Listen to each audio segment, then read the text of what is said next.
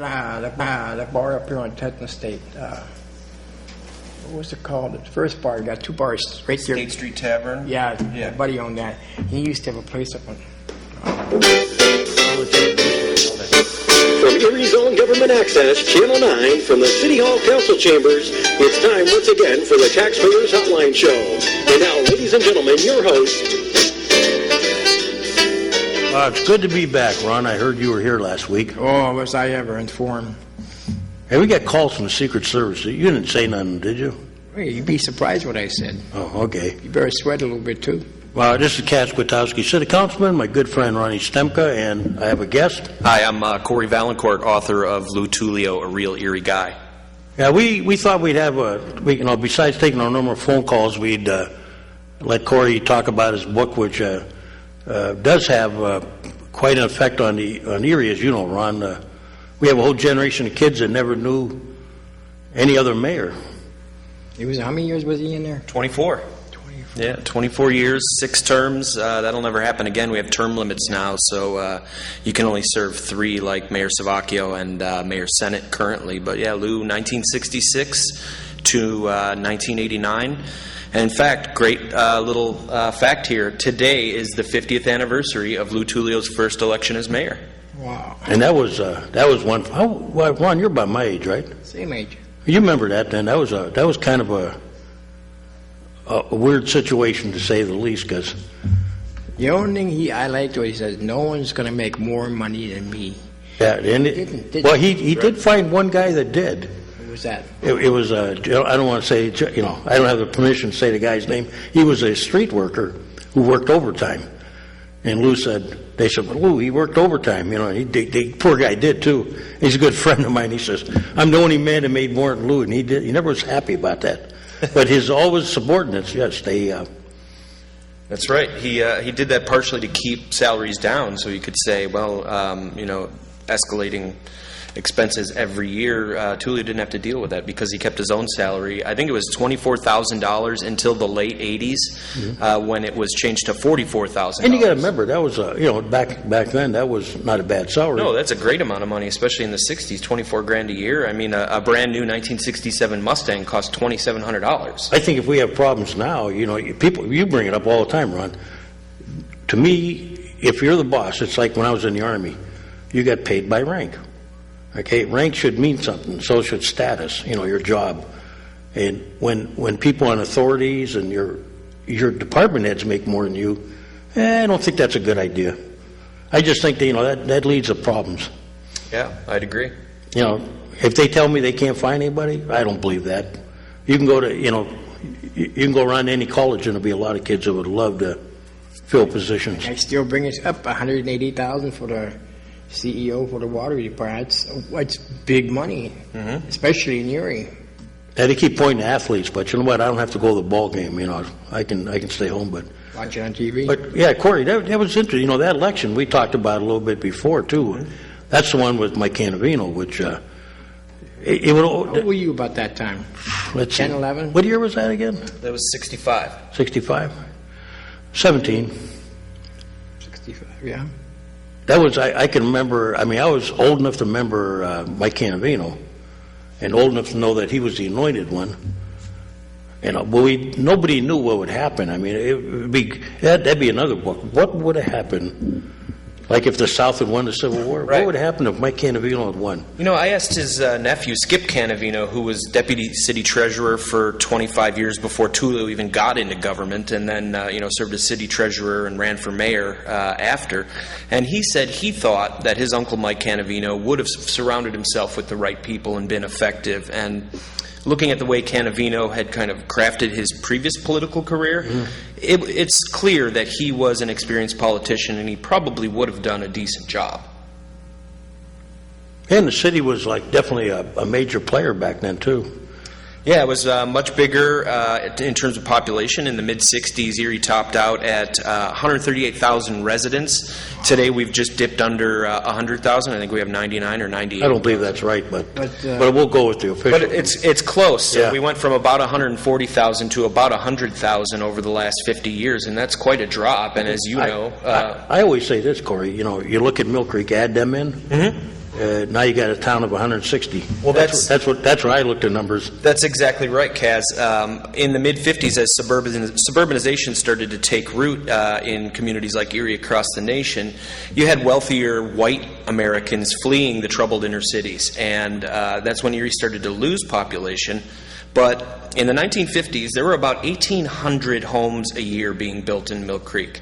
In the 60s, 70s, 80s, and 90s, that number doubled to about 3,600. So you're looking at a population of about 52,000, I believe, in the 2000 census. Right. And so, yeah, you're absolutely right. There's still the same amount of people in the general area, but not all of them are residents of the city, and not all of them pay taxes to the city, but they still avail themselves of all of the things that the city offers, which is the airport, the zoo, the bayfront, the parks, all of those things, and contributions aren't being made by suburban residents, and that hurts the city. And that's where Lou was, when he conceived the Civic Center, people looked at him like, and he had his compatriots on council that didn't want to see it happen.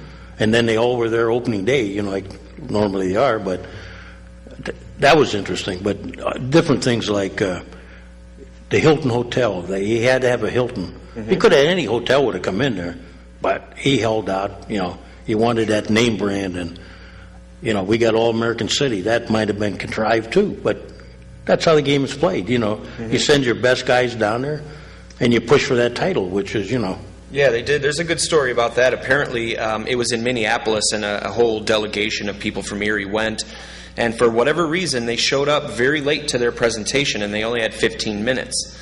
So when Tullio finally got to the microphone, he only had 1 more minute left. And the man sitting across from him was a guy by the name of George Gallup, who started Gallup Polls. Oh, okay. He was the head of this All-American City Commission.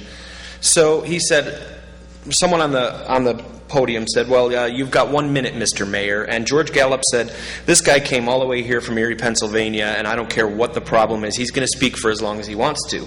So Tullio basically talked his way into getting Erie recognized as an All-America city. And what was weird that year was Johnstown got it too. And, neither one, now you look at them, they're both. Yeah, it's a completely different situation for both cities.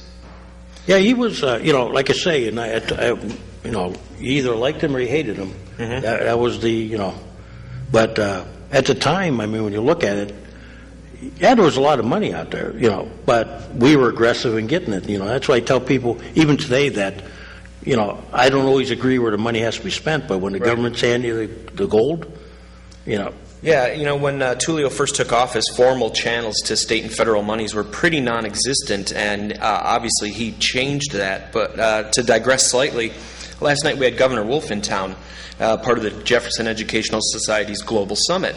Almost every elected official in the area was there, those that were able to make it. You had the mayor, you had the county executive, you had people from various boards, you had several city councilmen, county councilwomen. So it's good to see that our government officials realize that having those statewide connections is valuable. Oh, there's no doubt about it. And, that's what I keep in touch with Pat Harkins a lot. He's on my side of town, but I also talk to Flo and Ryan and even, They were there, even the other ones around the county, because at some point in time, and if I badger them, and they've heard it all before about what I'd like to see happen, Right. different tax reform. They're going to hear it. We have like lobbying groups, but when you hammer them every time, eventually, they'll come back and they'll listen maybe, or, they'll take it under advisement. Right. And I tell the public that you got to talk to these people. That's what Tullio did. He had such a good working relationship with President Nixon that he was able to call Nixon up in the White House and get through to him. Not a lot of big city mayors or even mid-sized city mayors can say that they can do that. No, that's So true. by the end of his term in office, 24 years, he said that his staff kept records of how much money they brought home for various projects here and there. And at the end, that total was in the neighborhood of $300 million. And this is when Tullio took office, the city's budget was less than $9 million. When he left office, it was in the mid-30s. So he's bringing home chunks of money equivalent to the entire size of the city budget a few times a year for 24 years. Well, we had a couple hundred police officers at that time, and there's no doubt about it. It was definitely wild times. It was We're feast and famine. Now we're famine right now. Well, you know Them what? days, everybody was making money. You had the corridor, 12th Street, Bucyrus, Zurn. You can go on and But go you know, on. Ron, if we get out of, I'm not getting into politics with nationwide, but, you know, same thing happened back then when Vietnam hit. You know, money started shredding up. Same thing's happening now, you know. The old theory about guns and butter, you know, if we get out of the war, then, That's right. you know, you start looking at where can we spend it at home, you know.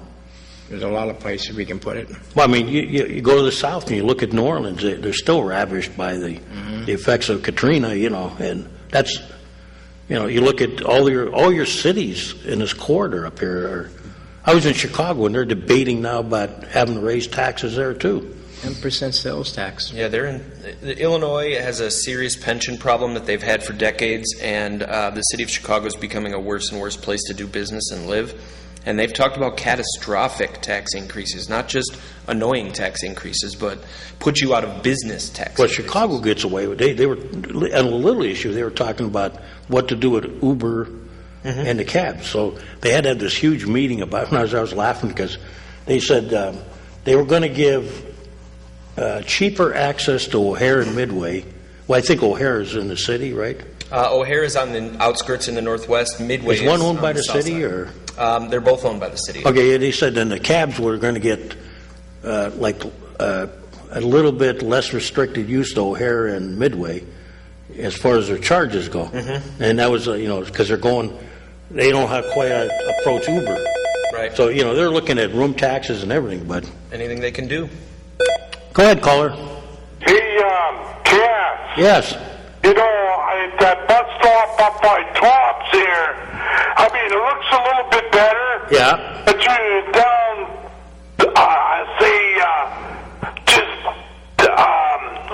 if you're sitting in there, I'll say on the left side, near the road, you still get a puddle of water there. Well, you know, I'll go up there and I thought they had it all straightened up, but I'll go up there with the engineer and we'll take a look at it again. Yeah, I mean, they did threw a little bit in there where it looks a little bit better, but I think they were in a hurry to do it. They just throw it in there and they use a packing, you know, the stopper. Yeah. Long term, I think we're going to have to get Tops to do some because that's on their property. Yeah, I mean, you know, I talked to the manager at Tops. Yeah. I said, I like coming up here to shop, but I don't want to make no enemies.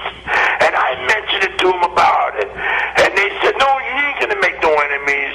I mean, we lease the property. We don't own the property. Yeah, that's probably the case. So it's probably the people that own the Liberty Plaza. You know, so we're going to have to meet with them. But when I said Tops, that would be the first place to go to see what the arrangement is. But when I talked to the manager at Tops, he said that, well, we just lease the property.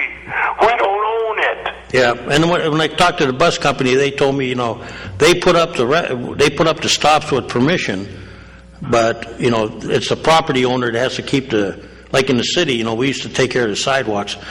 Next time it rains, I'll get up there. Yeah. You know, if you're up there, I'll meet you up there. You can show me. Yeah. You can't miss it. It's near the road, but there is a puddle there. Yeah. And I want to thank you. You aren't cutting that grass. I went by here coming downstate.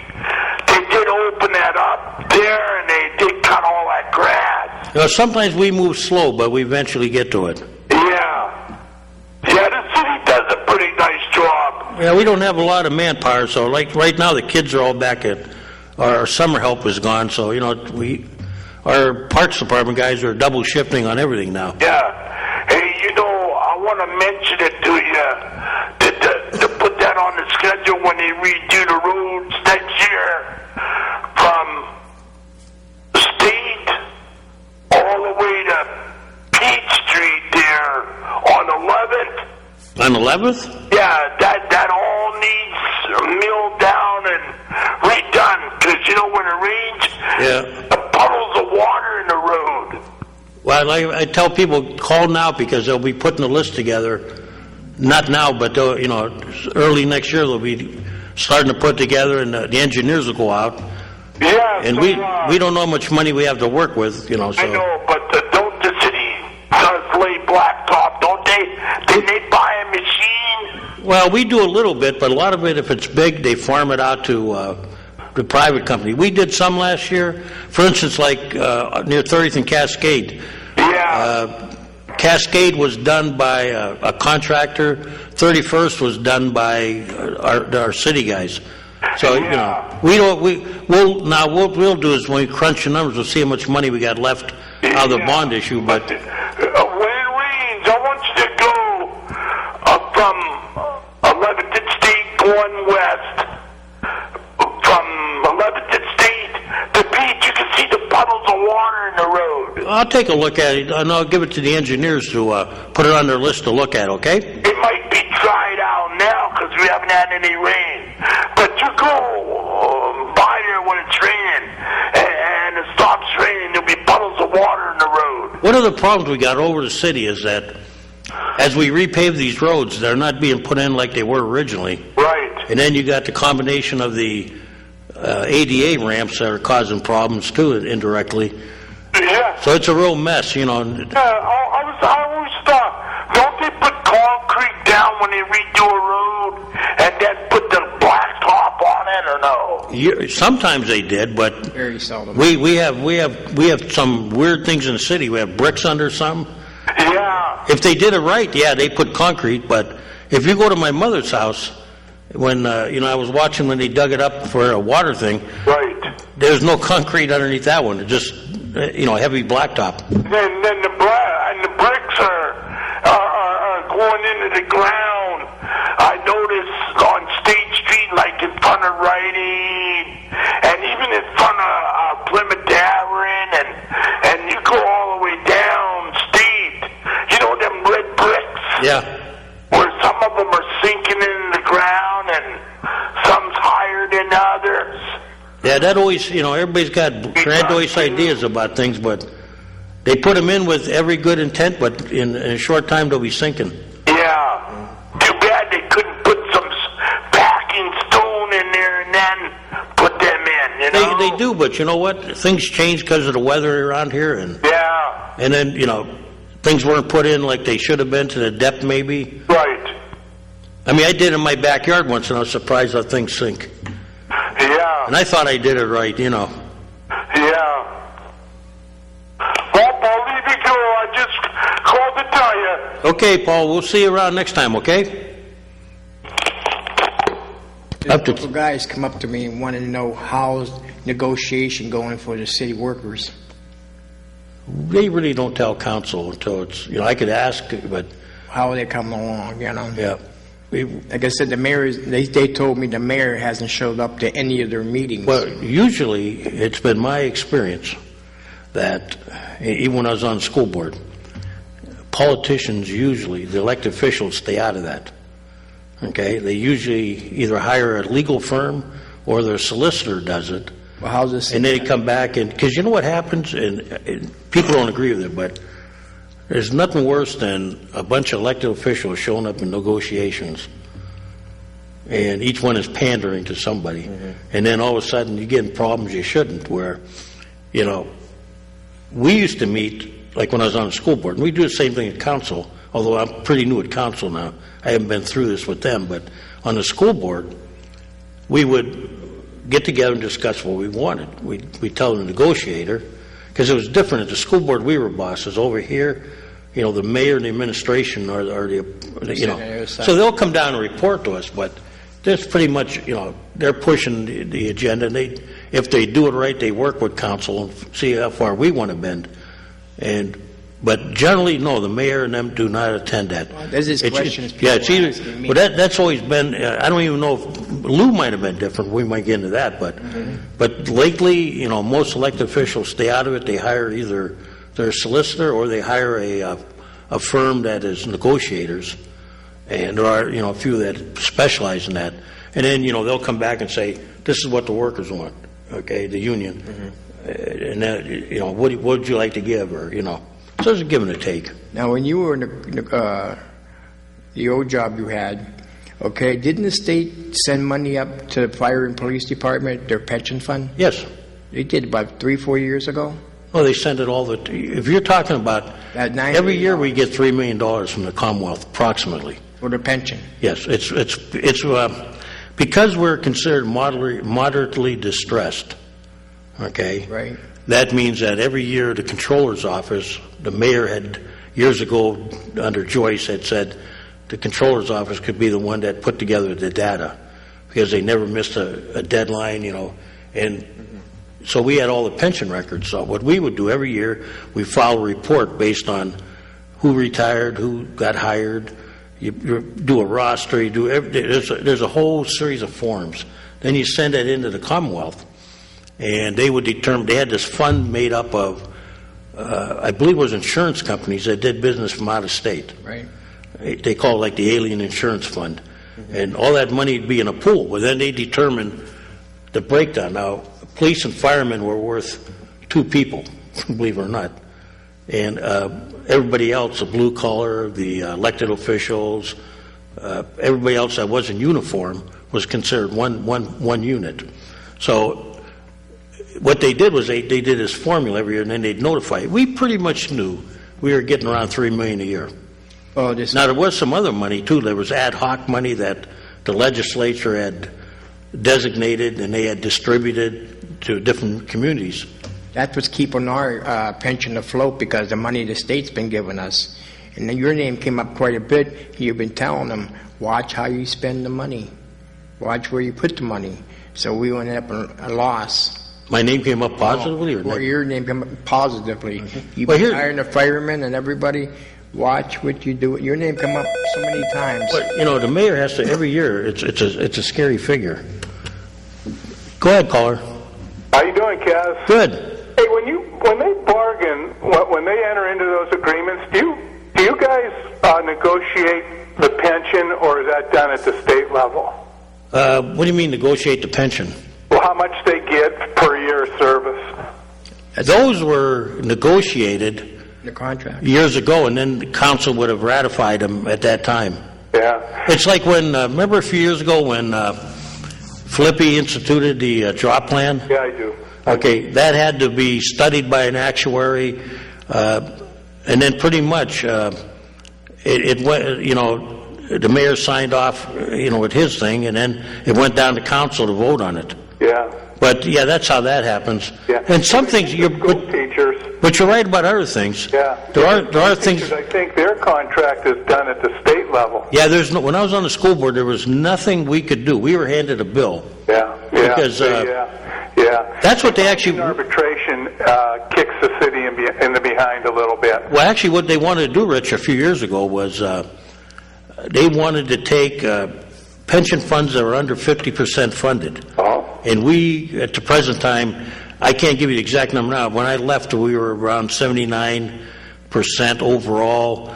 And we have 3 plans, so they're all different, but as an aggregate, they were about 79%, which is better shape than most communities, a lot better. But those that were under 50, the state wanted to take over. Yeah. And put them into, much like they have a SERS plan, which is their state employees. Yeah. Then they have a PSERS, which is the teachers. Mm-hmm. And I'm not sure how the state police work, whether they're under the SERS or. So, yeah, I'm not sure. Yeah, they wanted to put. But yeah. But they call the shots there. I mean. Yeah. I was 18 when Tulio got his first term, first elected to office, and I kind of remember when the Canavino, the headlines of him dying at that hotel on, I think 10th and Peach or somewhere. Yeah, they thought the end of the world was coming. That's right. Yeah, and he, and at that time, I didn't pay that much attention to politics in Erie, and he was kind of my grandfather got hired by Lou. He was one of those guys that might have went to a funeral, and needed a job and got a job, and he worked for the city. I was telling Corey, I said, the one thing about Lou, he tried to, this is where he got into trouble sometimes, he tried to keep every family happy, but that made like different branches of that family unhappy. Yeah, but I know my grandfather was a staunch supporter, and and it was because Well, I'm sure. Well, other things too, but Yeah, see, he could do that back then, but today, we have different rules, so. Oh, yeah. Now, you can't do that so much anymore. There's an old joke that is in the book that goes something like this. Tullio used to go to every wedding he was invited to, and the joke was, when Tullio goes to a wedding on Saturday, there's 2 new hires in the water department on Monday morning. I think I kind of almost believe that, yeah. But I remember some of the innovations that went on downtown are not there anymore. They didn't work, but a lot of things have been tried and didn't work, too. But that was the one thing, though, we weren't afraid to try. Like, I joke now about, we've been talking about waterfront development. Yeah. But, when Lou tried that mall concept, loosely, it looked like a little bit like Minneapolis. Right. Yeah. But if you go to Minneapolis today, you see that they didn't go to the extremes we did. Yeah. They put the overhead walkways in and everything. But, but it's funny because back then I was hanging around with when I went to Tech. One of our teachers was a councilman. Okay. Babe Harkin. So I was hanging around him, and I was getting into government. And I can remember, you'd hear people going, that Tullio guy, and it was like back and forth, and he had his proponents, but that was the early days. But once he got locked in, Kaz, and I'm 68, so I went to prep for 2 years, and the Boston store, it was in its heyday then in the early 60s, and that's where I went and got the bus to go home after school and stuff, and downtown was, when I look back at it, it was really a magical place. That's where everybody went to do their shopping. Yeah, and Lou wanted to put high rises in and everything, and and the Mill Creek Mall, God bless the Mill Creek Mall, but that sealed the fate of downtown Erie, I think. So but we'll see. But good luck with your book, and I look forward to the next one you write. I think there might be another one in the future, maybe. Actually, there is another work in the future, and it will deal with Mayor Lou Tullio's successor, Joyce Savacchio. So look for that in a few months. Yeah, I'm one of the few guys that ever walked Joyce Savacchio down the aisle. I walked Joyce Savacchio down the aisle in my sister's wedding. Awesome. Why, were you a ring boy, or? Yeah, Joyce and my sister were friends, and when my sister got married, Joyce was my wedding partner, so I walked her down the aisle. Well, Joyce is actually my distant cousin. Yeah, is she? Yeah. All right, I'll let you go. It's strange. We talked about, there's a famous picture of her when Kennedy came here, and I was way in the back, and she was way over there, but... Oh, neat. But I think those days spurred a lot of interest in government, They did. I've done some preliminary work on the Joyce book, and she says the entire reason she got involved in politics was when she was a young girl, John F. Kennedy was starting to emerge as a national figure, and she just said she was fascinated by the guy, and I think probably fell in love with the idea of a politician like Kennedy, who was also a Catholic, and at that time that was a very difficult thing for a lot of Americans to accept. So Mayor Savacchio certainly looked at John F. Kennedy as a role model. I think we all did, because it was, to be raised during that time was, we had come out, I'm not saying they were bad presidents, but they were kind of boring. He was really something special. I think everybody across the world understands that. Yeah, he appealed to kids. When he spoke here, I remember we all got out of school, and it was like, Nixon was on the other side of town a few days after that, but... I talked to, for the Tullio book, I interviewed Ed Welliges, who's a longtime newspaper reporter here, and in that famous photo of Kennedy, Ed is actually sitting right next to him there. But he told me that when Kennedy got up there on the balcony of the Lawrence Hotel, which is where Canavino passed away, he said that Kennedy looked around and he saw these school children, and he said, "Don't the children of Erie go to school?" And that's how many people, it was estimated there were like 50,000 people at the Kennedy rally, and this is all down here on 10th and... Boy, I was back, that was on 10th and... Like 10th near and Peach. it was like right across from the Y. And I was like at 10 and a half Beach. There used to be How many stories was that? 9 stories? I don't know. A good example, if you look at the annex behind, go a couple stories higher. I think the annex was pretty close. That's the only thing left of Lawrence, what we call Tullio Towers. Mm-hmm. They used to begin in South Dorm. But, yeah, if you look at that, that'll give you an idea how tall it was. Then you had the Shades Theater right beside it. Yeah. But I can remember, I was back, there used to be a car rental place there on the corner. Right across from the YMCA was Hertz Rent-A-Car. Oh, was it? Yeah, and I was half a block down. You could barely see the top of his red head, you know. I mean, they were jammed, too. I mean, there was no doubt about the number. We had so many theaters in the area at that time, you know. But Strands, Shades, so Columbia. Writing that book, I always figured, you know, that was kind of a make or break time for Erie. Oh, indeed it was. It may have been, I mean, right now is probably only more make or break time for Erie than it was at that time. I mean, things were changing. The form of government had changed. We used to have a councilmatic form where, if you can believe this, every councilman was the head of a department, streets, finance, public safety, whatever. And so they had to deal a lot with administration, but in 1960, the Commonwealth allowed cities to vote to change that if they wanted, and Erie said, yes, we want this. And see, that's where a lot of the, in the old days, people knew the system. Mm-hmm. Okay, if you wanted a job in parks, you went to somebody like Bus Downing. Mm-hmm. That's where you see Downing Park. Okay? Right.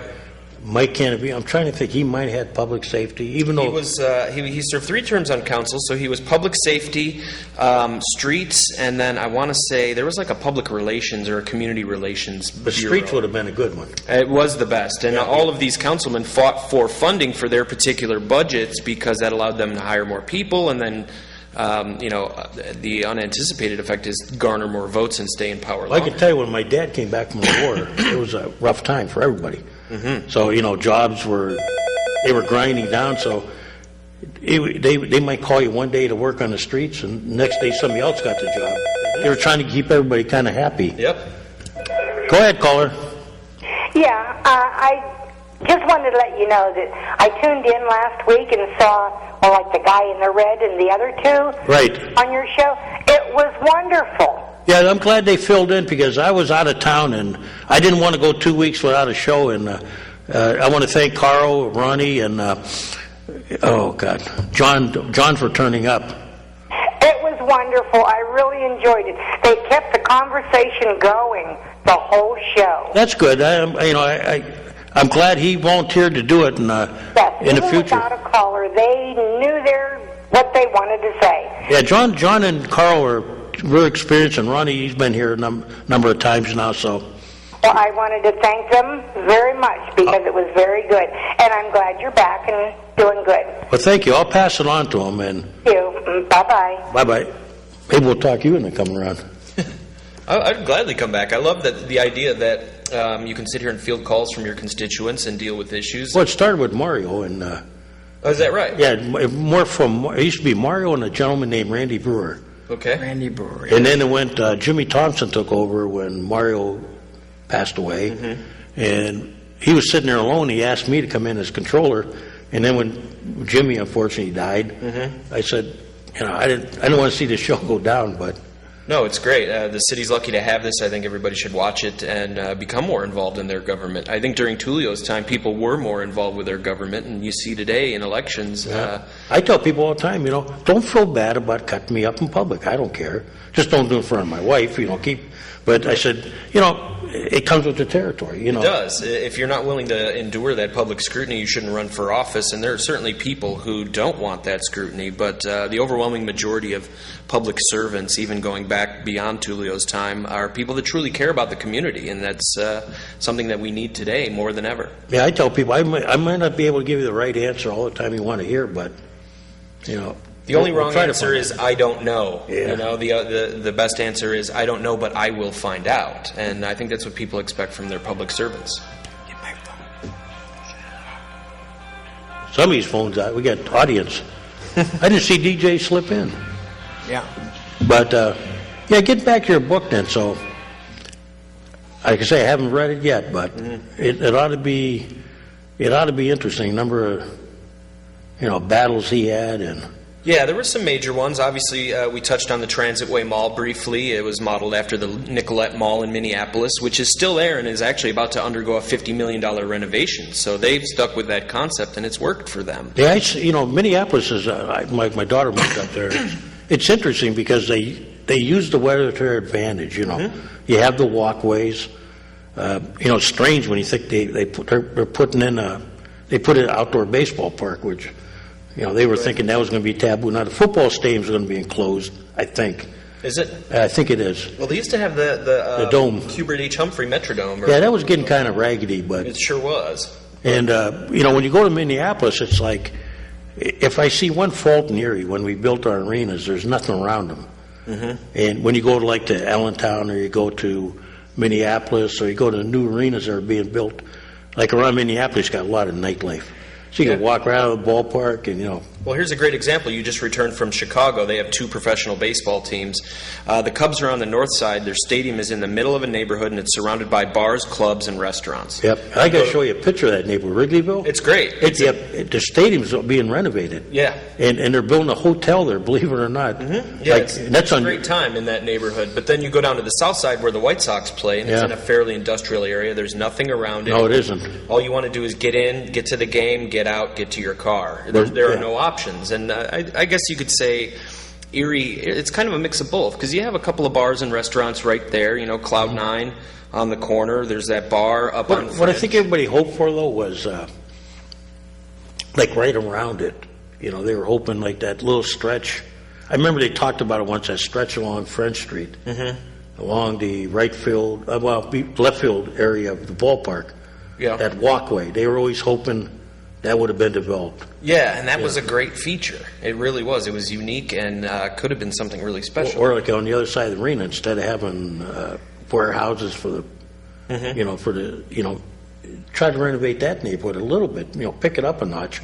Right. But it's like, you almost, in the old, Rick Filippi had an idea like that once about this entertainment district right around there, which I think, it sounded good, because if you go to Allentown now, and that's about our size, incorporated into the arena around it is like buildings not tied, well, they're kind of tied in.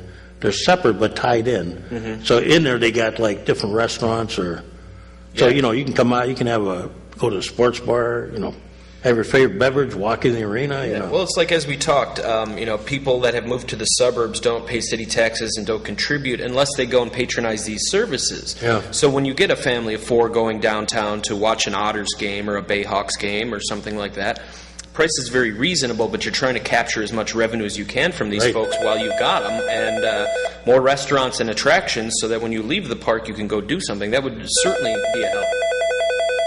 Go ahead, caller. Hi, is this Tax Hotline? Yes. Hey, what do you do about some people that have their bushes overgrown onto the sidewalk where people walk with strollers and disability and little kids in wagons, and the bushes just whack everybody in the face because it's overgrown on the sidewalk? I think that's an engineering issue because it's public walkway. Where is the street? The address of the people that own it is 1047 Evergreen. Where is Evergreen? It's in the Erie Manor, on the South Manor side. Oh, okay. Out there by West Erie Plaza. Yeah, and the bushes, they're just getting out of hand now. You can't even pass on the sidewalk. Is it blocking any, signs, too, like stop signs or anything? Well... Even if it isn't, I'll bring it up. 1047, though, right? 1047 Evergreen. I think that's engineering, believe it or not. It's weird the way we do things.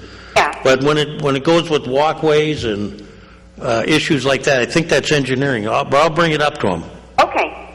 Thank you. Bye. Yeah, what was it? We were talking about the arena, I think, right? Mm-hmm. I was going to say something because I was...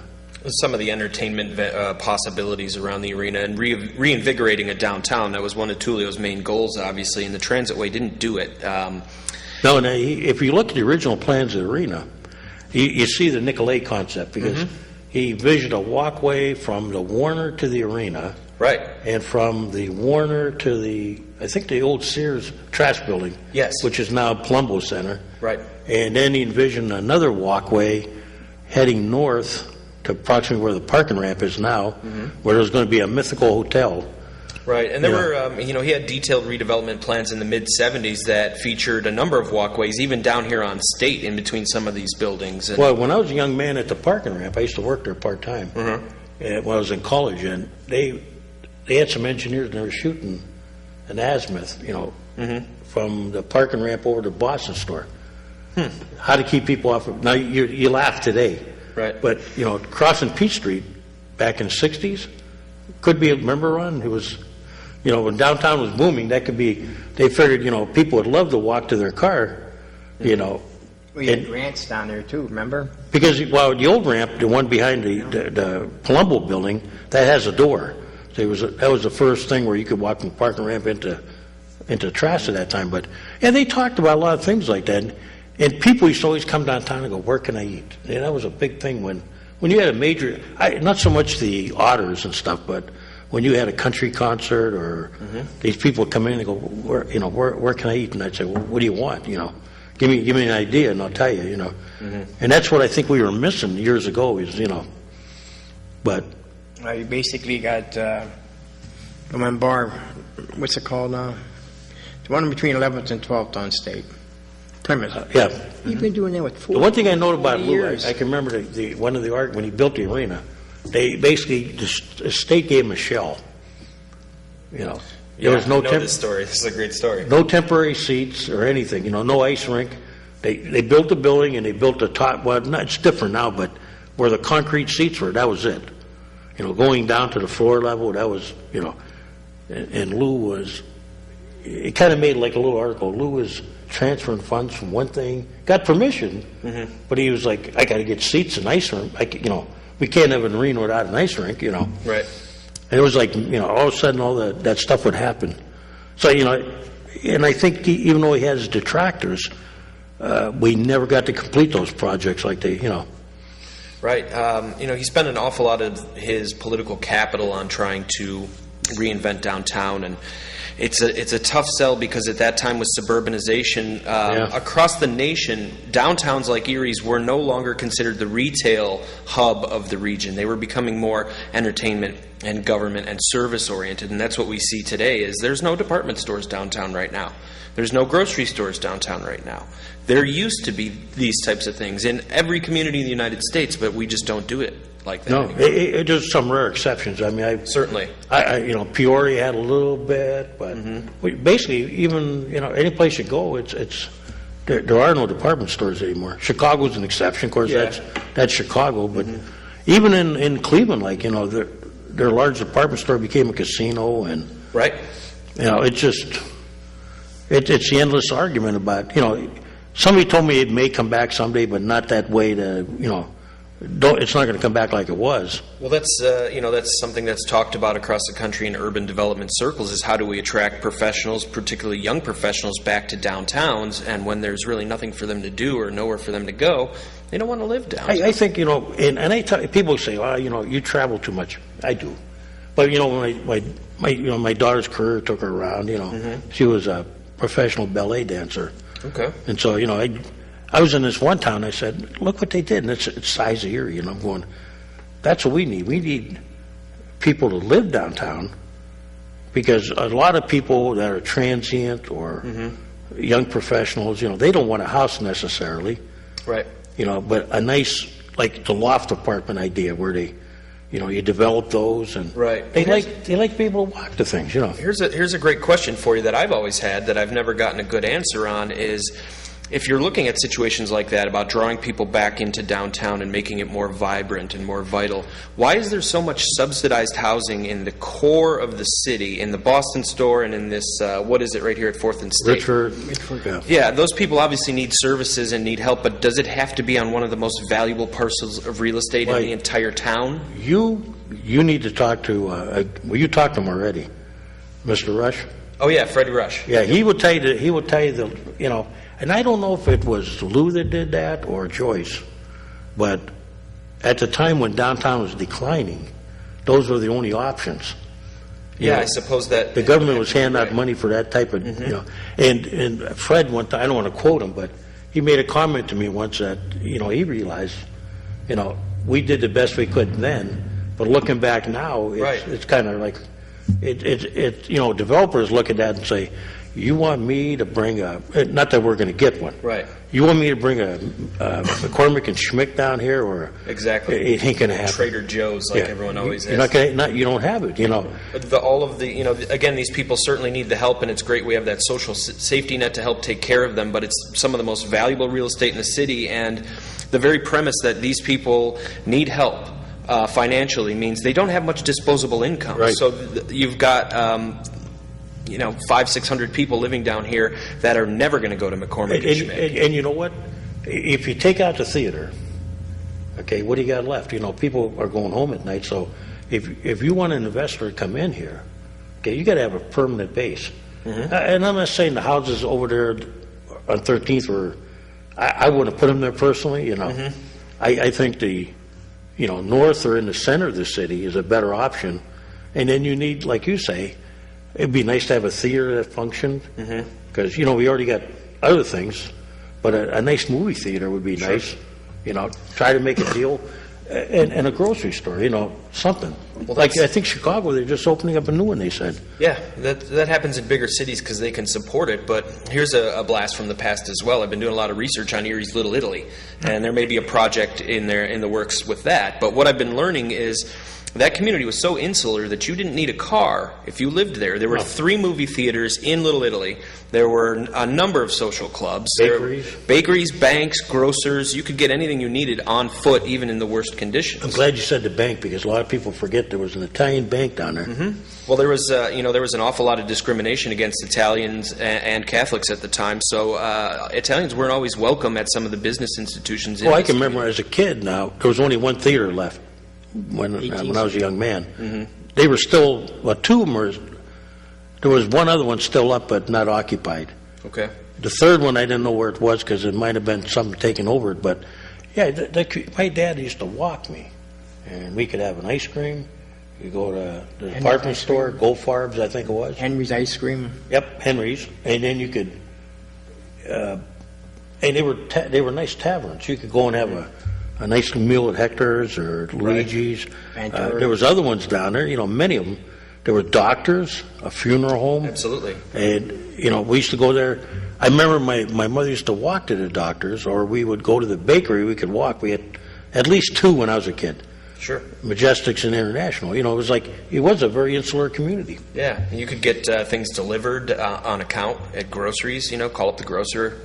They'll send over some milk and some bread. And that's where we're missing. In those days, no one told us we were poor. We didn't know we were poor. Everybody took care of everybody. You can leave your door open at midnight. Yeah. Mm-hmm. And sit out in front of your house. Downtown was like a major trip for us. We didn't have to. We could, everything was right here. Right. 18th Street, like I said, anybody who was important went down 18th Street. Maybe we were kids. Everybody stood out there and watched them go by, Yeah. Anybody was important. And Parade Street had its own life, too, Mm-hmm. Right. Yeah, Parade Street was the actual center of the city for the first 75 years, going back to the 1850s. The old joke was the Polish owned that and the Italians owned the other one. I mean, it was like, they were like very, they were. You could do everything. I mean, he had grocery stores on Parade Street. Mm-hmm. Go ahead, caller. I'm sitting back here listening to all this wonderful baloney and thinking, if I was 20 or 30 years younger, I would never bring my money into a city that's 43% nonprofits, all kinds of authorities doing the running and the decisions for politicians that should be doing the decisions, the right decisions, not rolling over the strong mayor and all the baloney's going on. Well, I think Corey brought up a good idea, though.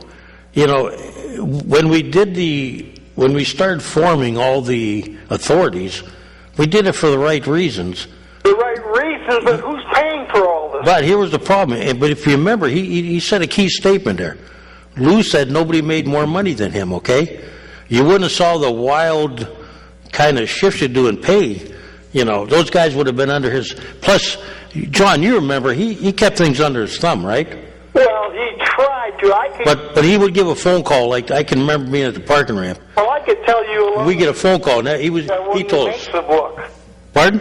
I could tell you a lot of things about Lou that wouldn't make the book. Well, that's why I told Corey when he first wrote the book, I said, let me tell you this. There's a segment that didn't like him, and there was a segment that liked him. And he would have to, that book would have to be about, maybe 4 volumes long to... Oh, yeah. Has to have more than 4 volumes. But yeah, like I told him, I said, there's no doubt about it. It was a different time for Erie. Well, if Corey wants to write a good book, he should write one about Jim Clem or Mario Bagnoni. Mario, that's the one. Yeah, Clem would be great, and I wish Mario was still around to contribute to it. He was certainly a central figure during Tullio's tenure. I'm not going to make the statement on what I have. I don't want to get involved. But, I've been watching everything and watching the Section 8s and all the so-called powder in the sky projects that are supposed to be going. If Mr. Griffith hadn't come down and purchased the properties down on 13th or 14th and Peach. Well, John, I've always said this. If we have one thing we did wrong, and I believe Lou did this stuff, and Joyce might have done it too, but... Well, the shop mall, because he bucked over to the unions, the trade unions. He knew they'd be on his side. But what we got to do now, faced with the problems we got, we need to get together the Nick Scotts, the Griffins, the Kennedys. Scott will never come into the city. And who? Nick Scott? He would, but you know what? I talked to Nick personally, and no one ever asked him, and not only that... We throw around money, and we give all kinds of benefits to people from out of town. You're going to run out of crizzes. You're going to run but you know what? That's not. But John, we're willing to hand that kind of stuff out to guys that have no connection to Erie. We've bent over backwards, and we let Bush Industries push us around. And Bush Industry, where are they? And I'm not against. When we gave money to Smith's Provision or Erie Insurance, they stayed here, Mm-hmm. And I'm saying, when you got guys like Scott Griffin, sure Scott wants a, hey, Scott's not dumb. He could stay out in the county and do everything. Now, if you want to get him in here, you got to give him some kind of incentive. But wouldn't it be nice if we had those guys like, Kennedy's building this hotel now, and I saw in the paper that he's getting the resolution with the wall done. And he's going to start his hotel. Wouldn't it be nice if people start coming in here again? We need to talk and find out. There's a place down there no one wants to come in. What? The McAllister's. Yeah, you know what? We got to find out what it is that why don't they want to come here? Nobody's ever asked them. Nobody's ever. We got all these people. We got all these committees. They're not getting the state. And we got too many. Money. I think they don't want to use their money. Well, I think we're firing a shotgun where we need a rifle. We need to get everybody together. And call these people in and say, like other towns do, they call up an airline and say, how do we get you here? Mm-hmm. Well, you can't. Okay, well, we asked you. Well, you heard the conversation yesterday when you talked to young Deanna Martin.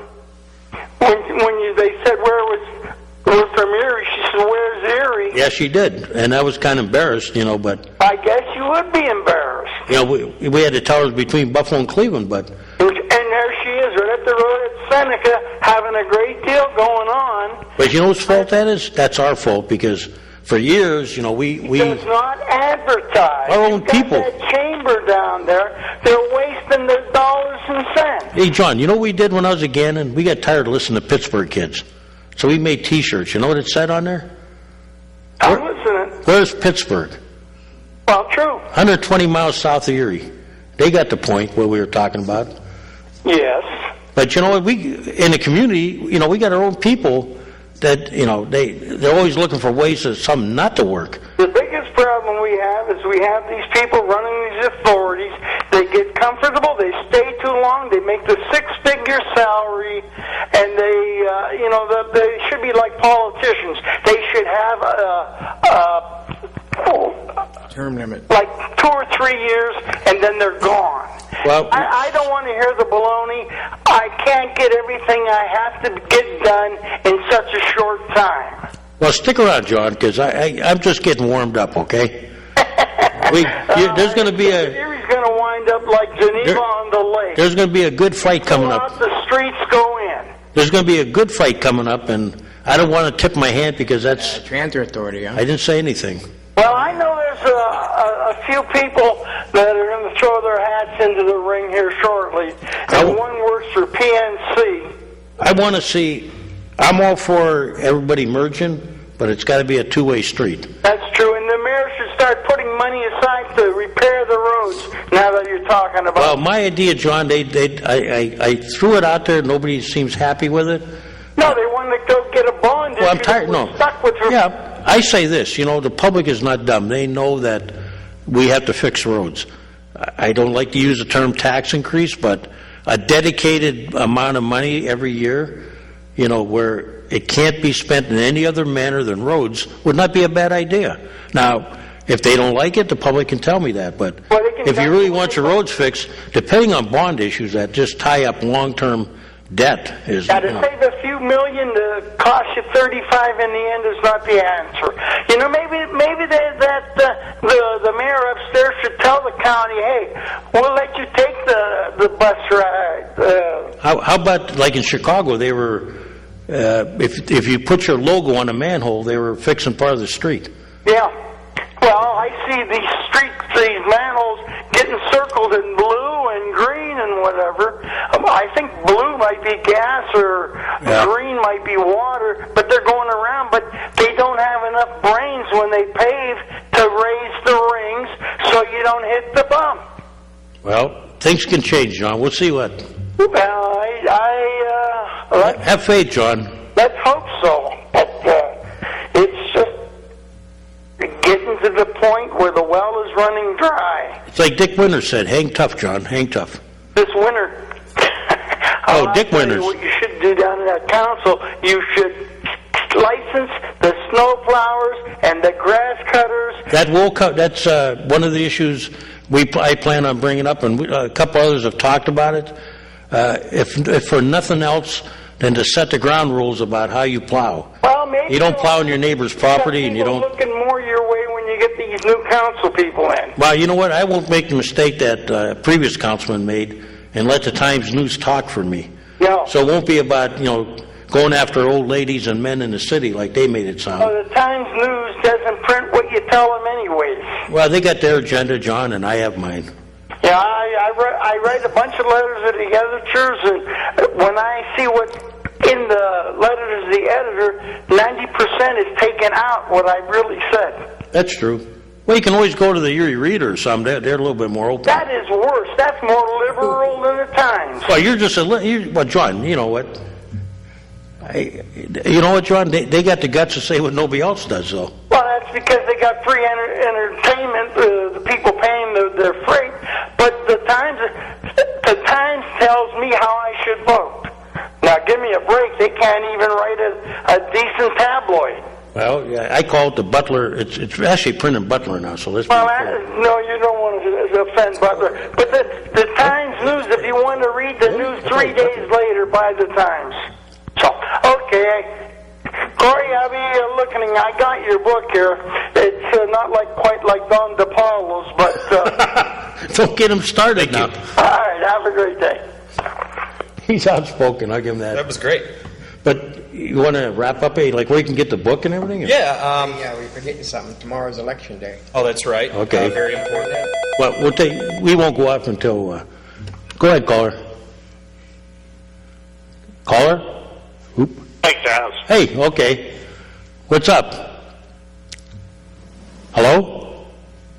I got another abandoned vehicle in my neighborhood, if you could write it down. Yeah, where's that? Okay. This one's 36 Chautauqua. 36 Chautauqua? Yeah. The other one that I reported was 28 Chautauqua. So these two are like... Did they get rid of the one at 28 yet?